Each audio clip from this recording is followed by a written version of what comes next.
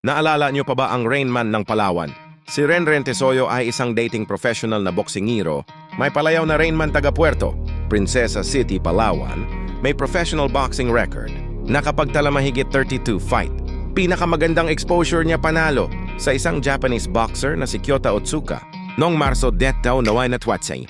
Panalo by unanimous decision ginanap sa Metro Manila, Mandaluyong City. Mandaluyong City Hall panalo din kay Bonjon Loperez by technical desisyon noong Hulyo 31, 2015 para sa Philippine Game and Amusement Board Light. Flyweight Championship panalo si Tesorio by technical decision, siya na ang bagong Philippine Gab Light Flyweight Champion, panalo din kay Benezer.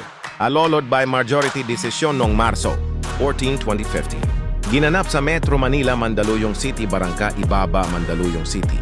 Panalo din kay Roy Albaera by knockout, panalo doon kay Janry Canete by technical. Knockout panalo din kay Norbert Surio by technical.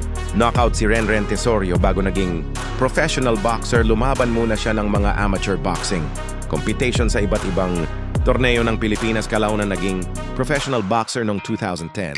Si Renren Rainman Tesorio mula sa Puerto Princesa, Palawan.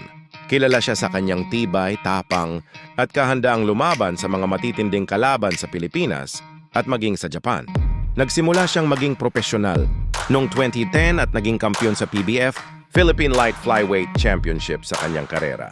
Sa kabuuan ng kanyang karera, nakaharap niya ang mga kilalang boksinggero gaya ni Daigo Higa, Toshiyuki Igarashi, Arthur Villanueva at Lolito Sonsona.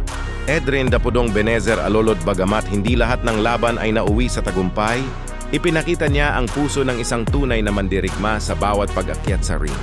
Lalo siyang hinangaan matapos ang matapang niyang laban kay Toshiyuki Igarashi sa Japan, kung saan pinahirapan niya ang dating world champion bago natalo. Si Renren ay isang mandirigmang Pilipino na hindi umatras sa anumang hamon.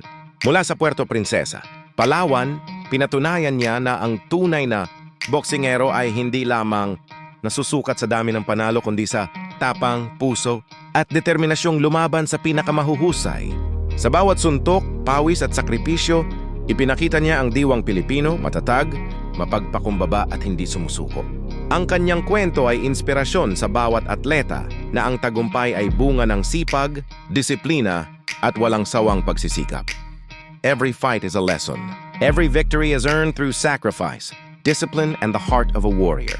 Continues to inspire by showing that true champions never stop fighting for their dreams.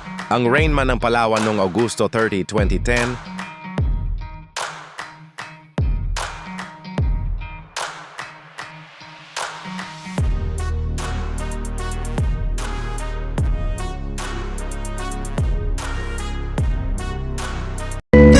Buburan ko ng matatunang sumabak, may katulog ang malalim, bawat tuhang pumatak.